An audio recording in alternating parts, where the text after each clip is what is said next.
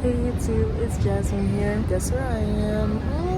At the airport. So this is my biggest trip ever. I'm really excited to share it with you. I am going to South Korea and to Japan. I'm going all alone. The inspiration for this trip was my friend's wedding. Shout out to Paola. I met her when I was 15 in Argentina. I don't know if you guys can tell, but I have bags under my eyes. It's because I haven't slept yet, but it's okay because, well, I have plenty of time to sleep. This flight is gonna be like 18 hours. Stay tuned and I'll see you guys later. If you'd like to plan a trip to Korea like me, here are some tools I think that would be useful. Fuji for data, Naver Maps for getting around, and to communicate with friends there at Kakao Talk. I was really proud of myself because pretty much the entire trip I only used public transportation, so I saved a lot of money. From the start of my trip, I noticed some big cultural differences. The first one was that there was a scale and a mirror on each floor of my apartment. People really care about their body weight and image in this country. You also have to take off your shoes. When you go into the hallway, you have to put slippers on. When you get to your room, you take off the slippers and leave them outside. Check out my cute little room, and it also has a little bathroom. One thing that I have to have on hand with me at all times is my handmade allergy card made in both Korean and Japanese because I have severe food allergies. I wish you guys could smell this morning smell of wet flowers. It's a perfume and it smells amazing. So the first day I just walked around and explored my neighborhood. I didn't want to plan any tour because I had a big day the next day for the wedding. From day one, Seoul seems very safe, clean, and quiet. You'll notice that on these big streets, nobody's honking or really talking. I felt like I needed to whisper. This is the price of fruits. So I've heard that fruits are very expensive here. I'm not surprised about this, but they have these like little fitness machines in the parks. They have a lot of this street food. I can't eat it because I'm allergic. I've heard that Olive Young is famous for its abundance in Korean skincare, so I decided to go check it out. I personally didn't buy anything, but I think it's great for people that are interested in exploring this aspect of Korea. Let's try to get some food. So they have a bunch of like different options, so I'm just grabbing some that I think don't have seafood or nuts, but I'm gonna ask them. If you're looking to travel to Korea but you want to be on a budget, I recommend getting some of the food here. I think it was fresh and affordable. Also, this was a safer option for me instead of always going to different restaurants because of my food allergies. One different thing than in Latin America is that no Korean actually came up to me and asked where I was from. I think that the society is a little more reserved in that aspect, but either way they were very polite and I really enjoyed coexisting with everyone and just exploring. So luckily I stumbled across a Korean mart. I walked downstairs and I found a good sale for magnets. So I'm so happy that I got like this more affordable price. They also have like a lot of cute snacks and accessories in this store, so I recommend checking it out.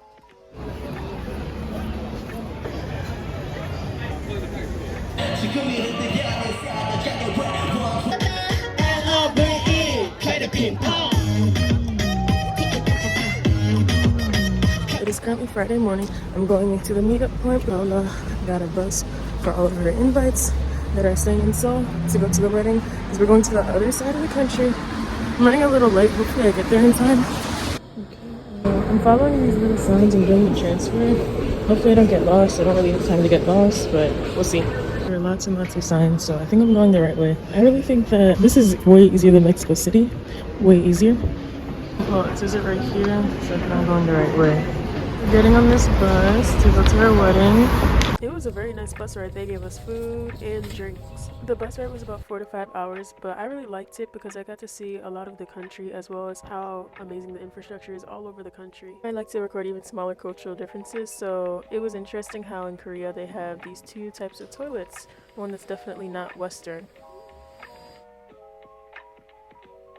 Not gonna lie, these next clips from the wedding truly reminded me of the Crazy Rich Asians movie. My friend said that this wedding was going to be basic, and I remember I asked her friends who live in Korea, is this a basic wedding? They're like, yeah, it's like a middle class wedding. For me, it was definitely very elegant. Koreans really know how to do it up for a wedding. I was extremely impressed. It was absolutely gorgeous, so I'll enjoy these next clips. Apart from the Western wedding dress, the traditions in this ceremony were quite different. The mothers were the first ones to walk down the aisle in the traditional hanbok. Then the groom came out and bowed to everyone, and then he went to the middle of the aisle to take the hand of the bride and walk her back to the altar. In addition, there were candle lightings on the altar by the bride and groom's mothers, a speech given by the bride and the groom, a speech given by one of the parents of each bride and groom, bowing and hugs for each of the parents, a speech given by the best friend of the bride, and there was no kiss at the end of the wedding ceremony. I really like how much the Korean weddings involve the parents.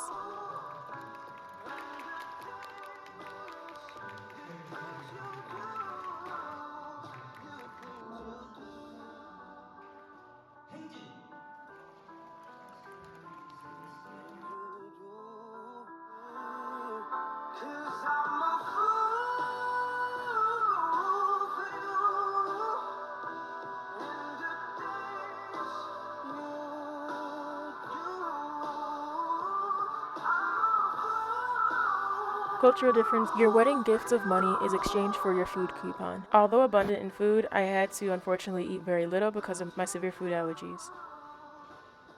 On to the next day. Good morning. Today's tour was all about history, culture, and nature. I signed up for a DMZ and Suspension Bridge tour, which was like 2 to 3 hours away from Seoul. I recommend that everyone come here.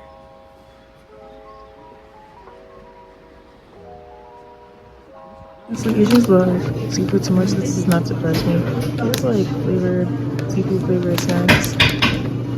Guys, do you see how close we were to North Korea? We were literally on the border. The border is very, very long, but in terms of width, it's 4 kilometers, I believe, on each side. It's called the Demilitarized Zone, or DMZ, in terms of there are no soldiers there, but it's actually extremely dangerous. All along the fences, they have warnings because each side put a bunch of landmines, but there was a fence with barbed wire so that we were safe, and this was a viewpoint so that we could see North Korea. This is North Korea.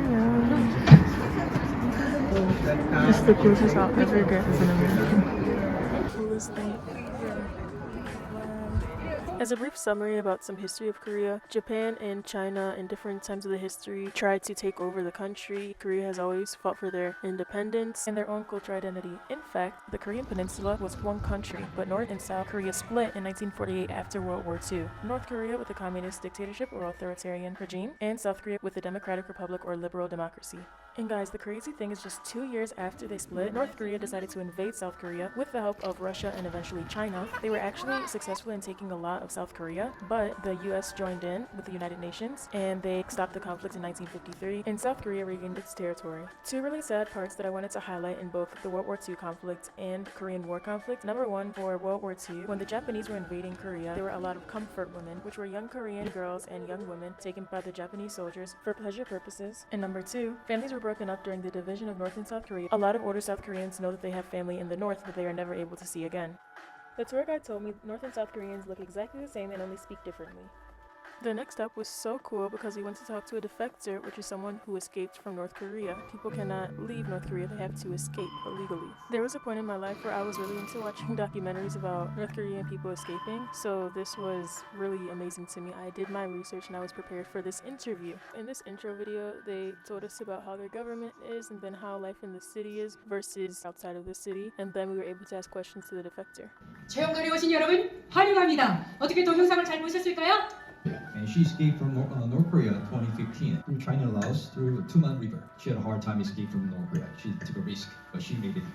Now she's a lecturer and she lives here in South Korea, the city. The coolest thing I learned was that when a North Korean escapes to South Korea, the government really supports them. They give them free housing, free education, free food for 5 years, and citizenship.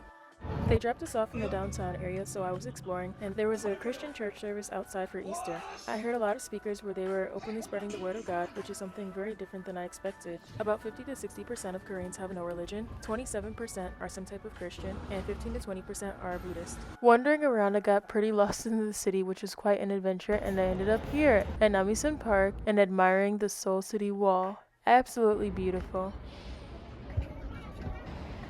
After exploring for a little bit, I headed over to Paola's bachelorette party. She decided to do this instead of having a wedding reception. It was really fun and intimate.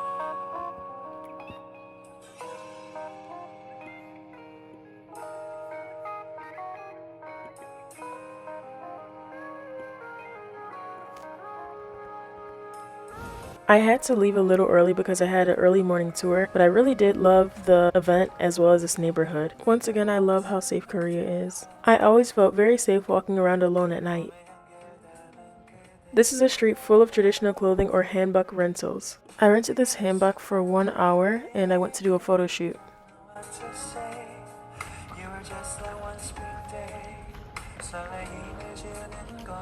Honestly, I could not believe the amount of people that I saw walking around with hanboks just like me. This is a really common thing to do, and I think because it's so fun, it's not considered cultural appropriation here. It's just a part of embracing the culture.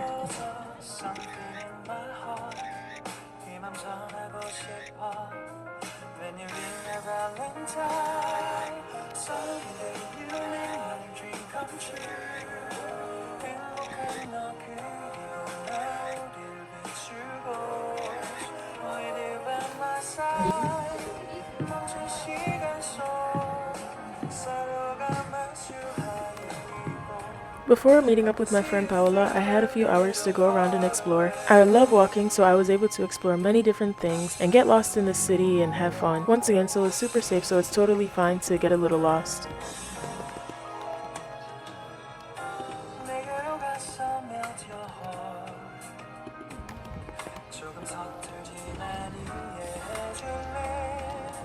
This was a really cute way to nourish the trees.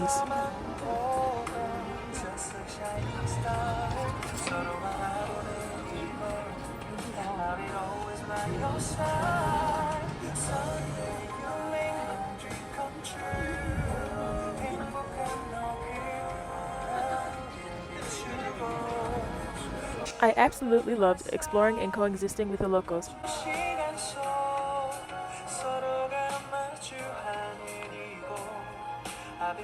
I had more time to spare than I expected, and so was just wandering around different neighborhoods. I went back to Hongdae and then I saw this meerkat cafe, and I was like, oh, I know that this can be kind of controversial with wild animals be domesticated and things like that. For me, it was seeing the experience that was being offered in Korea, because it's not a part of Western culture at all. I don't think it was a once-in-a-lifetime experience for sure. I thought that, okay, well, while these are wild animals, at least they're being treated very well. They had a lot of rules for us, such as don't scream at all, don't chase them. They tried to minimize the stress on the animals as much as possible. As you can see from these videos, they seemed pretty happy, so I was satisfied with that part.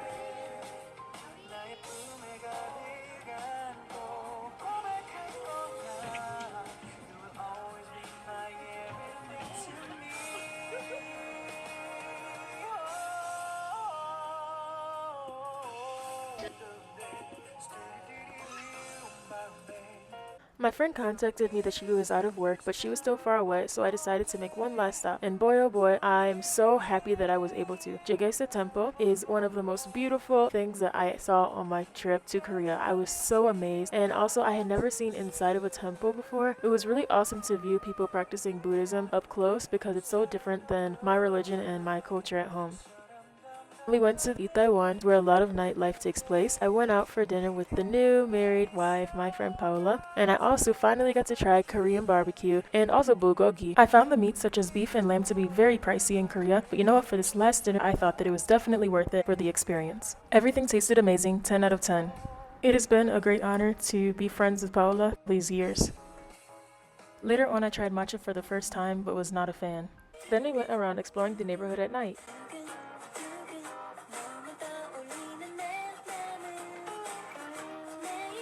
Returning home, we saw this man playing the piano in the metro. Oh, Korea, Korea, how amazing. Last morning in Korea, I just went to the airport, exchanged some money, got some food. I chose Starbucks because the other food places contained a lot of my allergens, seafood and nuts. Now off to Japan. When I was about to land in Tokyo, I noticed, oh my gosh, this is indeed the biggest city in the world. I must have apps for going to Japan, where Suica for card payments, Google Maps for getting around, and Klook for booking my tours. Everyone's been talking about the cool toilet system here. This is honestly like a tourist experience in and of itself. They have the music for when you don't want anyone to hear if you're doing a number 1 or number 2. Heating for the seats. A bidet. It has different pressure. It's really, really advanced. I was going to go to my accommodation by a train, but I decided to do something that I saw on Instagram, which is a social service, hiring an older Japanese man to accompany me. I got to talk and ask him about all of his different life experiences, and he gave me some great advice as well. They have people with many different descriptions, and you can hire whoever you want. Japan is a very lonesome country. I told him everywhere I wanted to go, and of course, the first stop was Japanese 7-Eleven, aka this is an affordable yet quality food paradise, while also getting a cultural experience and eating good. This, my friends, is the key to saving a lot of money in Japan. Natori helped me to find what would be good for me since I have food allergens, and I ate here a majority of the time because a lot of the foods in Asia contain my food allergens.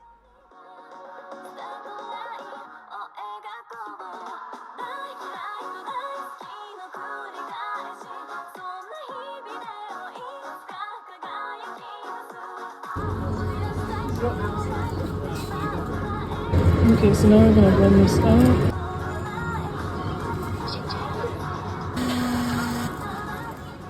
Also, in all of Tokyo, I noticed they have matcha flavored everything. It's pretty cool because this is the homeland of matcha. Afterwards, we walked around my neighborhood at Sakasa. He showed me how to take the metro, then he took me to a local Japanese hidden gem to try a traditional dish. Honestly, the metro is not that much harder to use than in Korea. I love taking advantage of their 72-hour all-you-can-ride pass. The main components of gyudon are thinly sliced beef, onions, steamed white rice, and then a sauce. Natori taught me how to prepare the sauce for this dish, raw egg mixed with soy sauce. I wasn't sure if I should try it at first, but it was actually quite delicious. The next day I had a tour, so headed to the meeting point, Starbucks. When I arrived, my jaw dropped. Wow, this was beautiful. I'm typically not a Starbucks fan, but in Asia I am. I tried the matcha bread with sweet bean paste, but think that it tasted much better without the paste, and a hot dog. I took a historical tour around Edo Castle and learned all about Edo period. The top person in charge was the emperor, and at one point he was seen like a god. The following was the political leader or the shogun, the noble daimyos, the warriors were the samurais, the paid soldiers were the ronin, the farmers and fishermen were the peasants, the craftspeople were the artisans, and the salespeople were the merchants. Japan was closed off from the rest of the world for a long time in its history. The country still has an emperor, which can only be men, and the royal family of Japan is one of the richest in the world. When a woman gets married in the family, she's no longer seen as a royal. Since Tokyo has a lot of tourists, if you want to go to a famous touristy point, you typically have to book in advance. The plus is that you're guaranteed the spot when you go. The bad side is that you don't know how the weather's going to be. I think I booked this like a week and a half before I came. This is the cool mall that's connected to the Tokyo Skytree.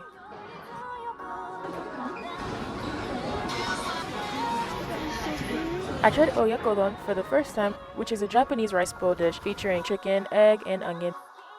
When leaving the cafeteria, I saw a supermarket and just had to check it out. Fun fact, in Japan they eat bamboo. Look, I found cherry blossom. Okay guys, so I decided to be spontaneous and do this tour. Oh, it's so crazy, there's literally nobody here but me. Everybody found their way inside too. I don't know what people are, but I'm trying to still enjoy it. I came here thinking that there would be like inside buses or something, but there aren't. They gave me this poncho. It's gonna be like an hour long bus ride, so better than just like walking around in there. Might as well like drive around. Hey guys, my prayers are answered. It just stopped like raining. It's gonna be more enjoyable than I thought.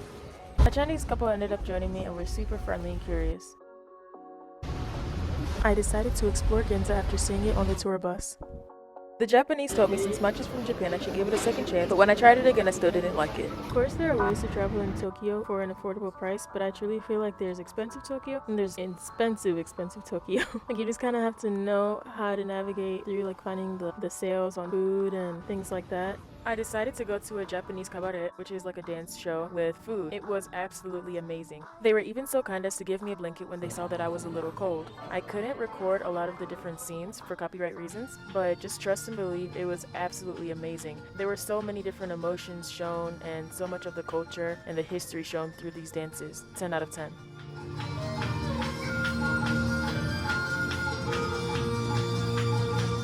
I went to a Don Quijote store close by, which is like a combination of Target, Amazon, Walmart, etc. all put together. If you're anything like me and say you're not going to buy anything in Japan, when you went to a Don Quijote, that's going to change. There's something for everyone there. I went multiple days, and if you bring your passport, it's tax-free. Look at these vending machines. One is orange juice and another one is chicken. Okay guys, it's 12:13 a.m. I got my phone in my hand, a bunch of bags, and my accommodation is 20 minutes away. I'm walking home. It's safe. Oh my god. I found this tour on Airbnb, going around and exploring the hidden gems of Tokyo. Honestly, I had never walked so much in my life, I feel like. But it was an amazing experience. Honestly, 11 out of 10. The group was amazing, the tour guide was amazing, the places were amazing. I loved it all, and I learned so much. In Tokyo, there are 50,000 convenience stores, 60,000 temples, and 80,000 shrines. That being said, our first stop was the Meiji Shrine. It was absolutely beautiful, a great combination of nature and culture. This worker is sweeping the leaves in a particular way that respects the gods, for example. Here we learned that it's tradition to purify yourself before going into temples and shrines.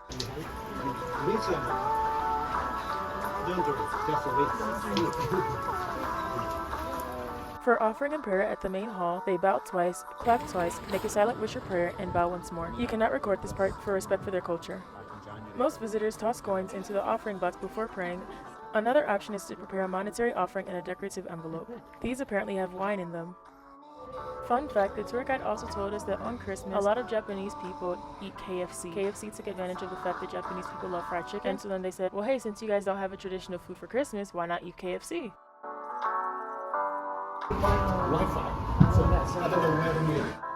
Hashiko was an Akita dog in Tokyo, known for his remarkable loyalty to his owner, Professor Hidesaburo Ueno. Hashiko would greet his owner at Shibuya train station every day after work. After Ueno died suddenly in 1925, Hashiko continued to wait at Shibuya station every day for nearly 10 years, hoping for his owner's return. His devotion made him a national symbol of loyalty in Japan, and a bronze statue of him now stands at Shibuya station as a tribute. I love how mindful people are in Tokyo. They don't smoke outside, so they put this little cubicle for everyone to smoke in. Over 3 million people use only the Shibuya metro stop each day.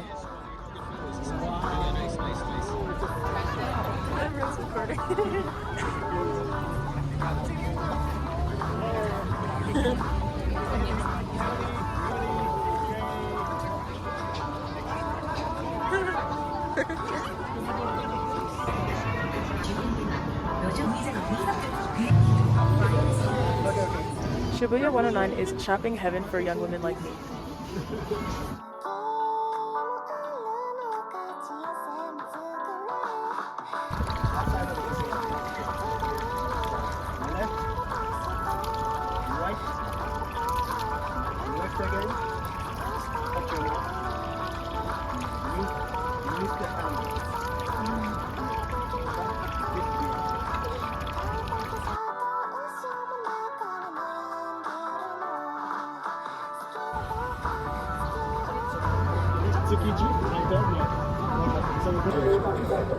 This was the cleanest fish market I have ever seen. I was extremely impressed. Even though I'm extremely allergic to all seafood and fish, I did not have any allergic reaction while eating inside of this market because there was no cross-contamination. At every restaurant I went to in Japan, they had these white wipes instead of napkins, which I thought were much better for cleaning hands.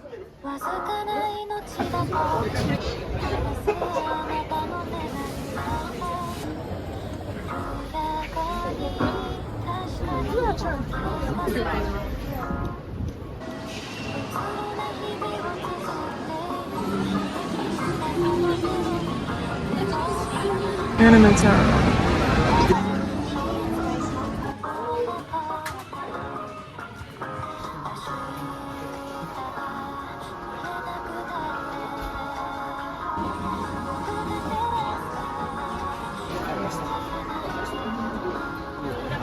This time that we went, all of the temple was open. My niece as well. And 24. What you see here is more of the touristy area, but to the side is where all the locals come to worship in peace in private. I took a nap and got up later to go hang out with someone from the group, shout out to Cameron, to explore Shinjuku.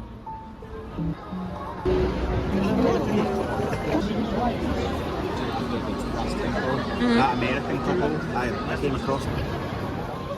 Fun fact, Godzilla originated from Japan. I wanted a little snack, so I actually decided to go into the movie theater that was showing Godzilla and get a little something.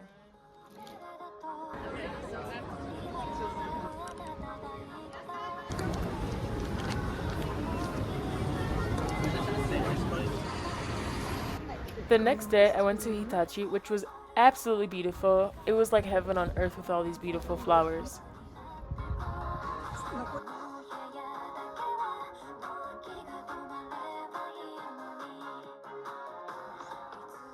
While there aren't many, there are a few options to eat here. I personally brought my own food that I had packed because of my food allergies. I have to be extremely careful. The tour company gave me a special allergen-free lunchbox or bento. This is the Ashikagi Flower Park. This place was truly a piece of heaven on earth.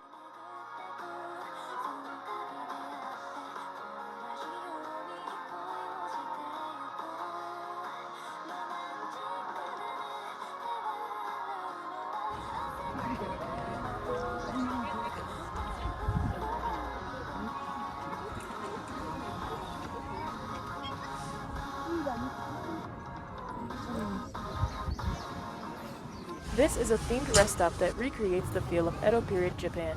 This pit stop had traditional Japanese architecture, and inside were all of the traditional snacks and foods throughout the country. Just to name a few of the traditional snacks, there's senbai or rice crackers, imoyokan, which is sweet potato jelly cake, karinto or brown sugar fried dough. I tried these little snacks and they tasted like a combination of potato and bread.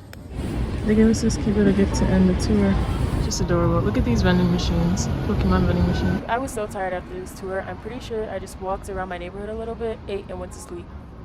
Ohio, Tokyo. Good morning, Tokyo. There's a lot of fish. It's like out here. It's cool. Another unique day in Japan. Let's go explore some cafes. The 1-month-old pig had an additional fee to feed the 3-month-old pigs, and all these free drinks cost a total of 6,800 yen. Honestly, after leaving this cafe, I thought that I might want a pet pig in the future. They are so sweet and charming. Sleeping in my room. Next, I went over to the 3-month-old pigs. Their names were Sakura, which is cherry blossom in Japanese, Naruto, like the anime character, Peas, like the food, and Juanita, which is a Latin name. Number 2. After this, I headed over to the hairy sea otter / hedgehog cafe. Lucky for me, they were only 5 minutes walking from each other. Here you also got free unlimited drinks.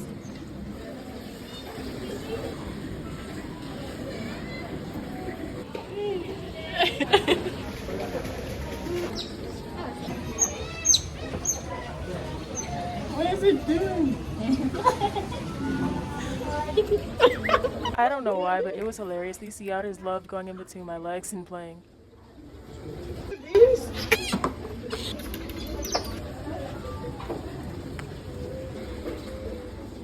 After this, I rushed on over to Shibuya Sky.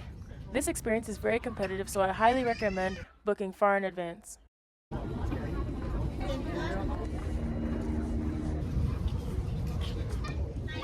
But just look at the view, it was so worth it.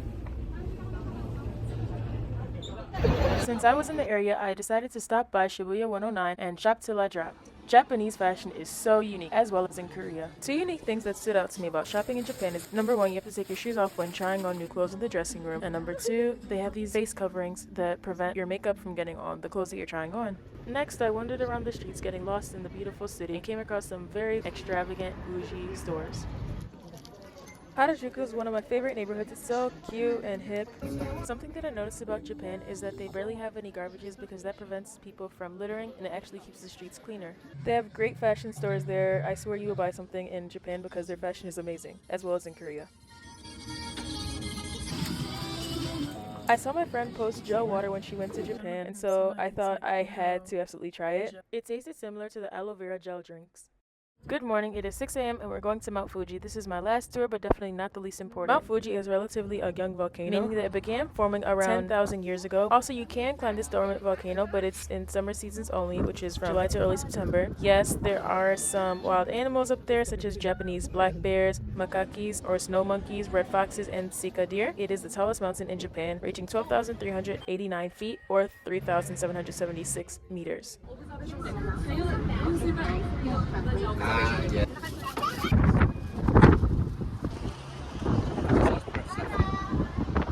In this volcanic valley, eggs are boiled in a natural hot springs rich in sulfur and iron, which turns the shells black. Legend has that eating one of these eggs adds 7 years to your life, so a lot of people buy these here.